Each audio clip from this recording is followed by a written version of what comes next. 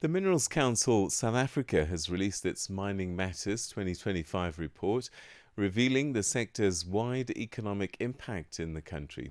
In 2024, mining contributed about 25 billion US dollars to household income, supported by 874,000 jobs, and added 18 billion US dollars to the fiscus, whilst women now make up 19% of the workforce. Well, to unpack the findings and what they mean for the country, we're now joined by Tebello Chabana, who's the Senior Executive for Public Affairs and Transformation at the Minerals Council South Africa. Thank you very much indeed for joining us and welcome to the program.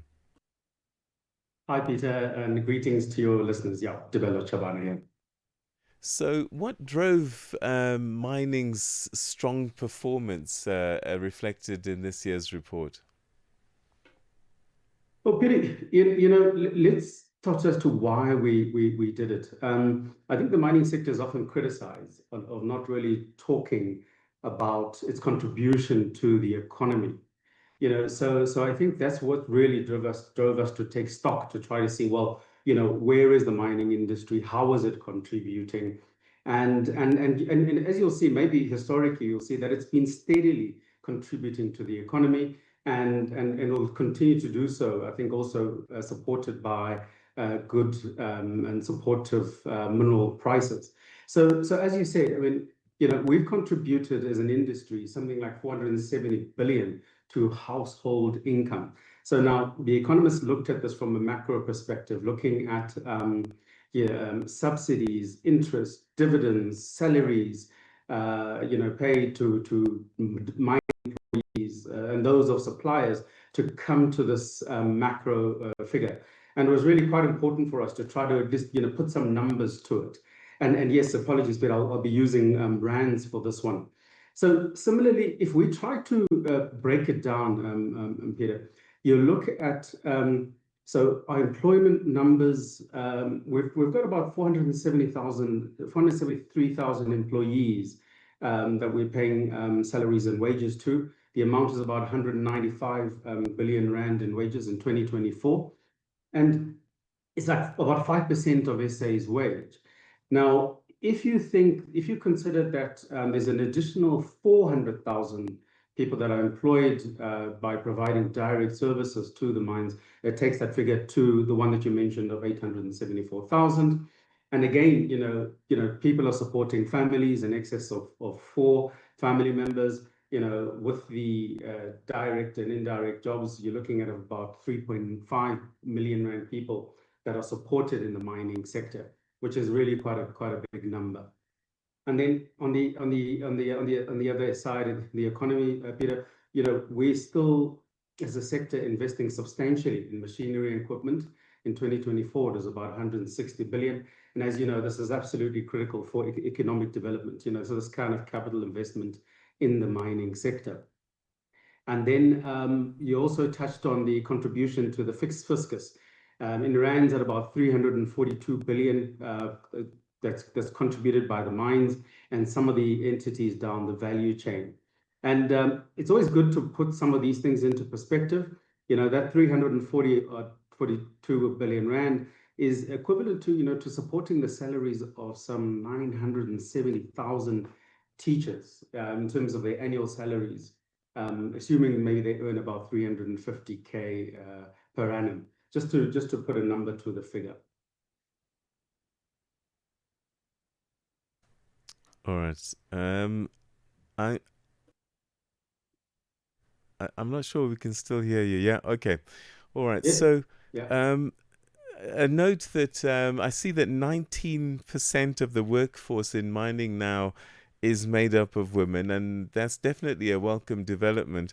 What's behind this progression? Has it been deliberate? Very, very much so, Peter. And let's look at where we started. People recall that prior to 1996, women weren't allowed to work underground in the mining industry. So there's always been these restrictions on women working in the mining industry. So we really started recently trying to ensure that we're getting women into the mining sector.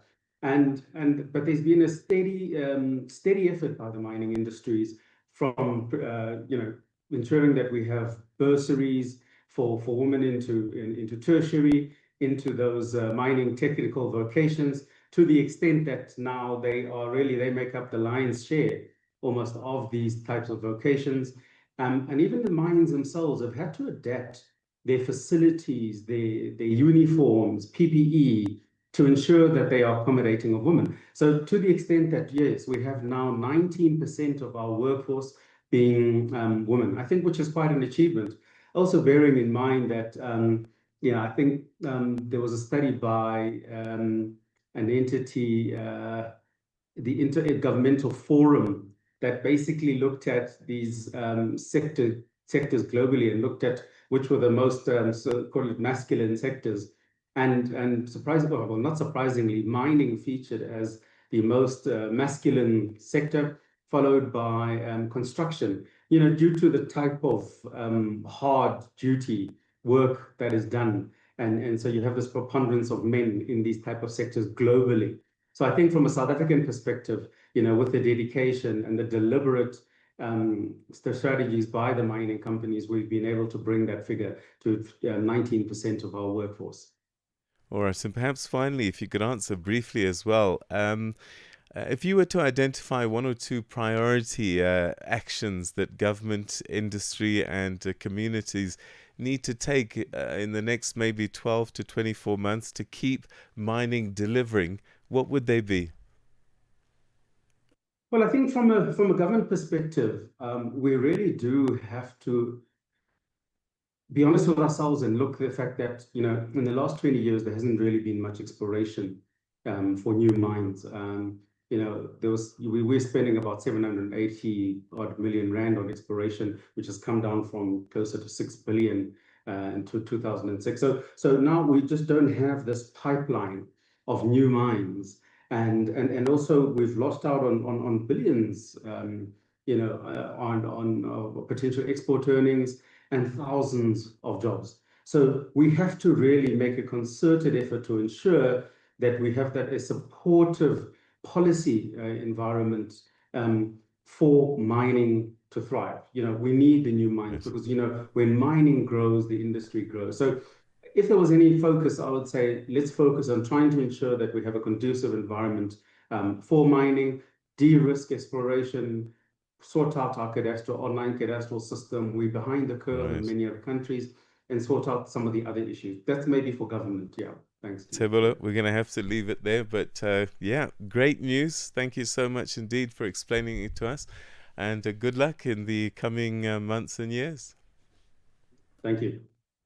Tebello Chabana, Senior Executive for Public Affairs and Transformation at the Minerals Council, South Africa.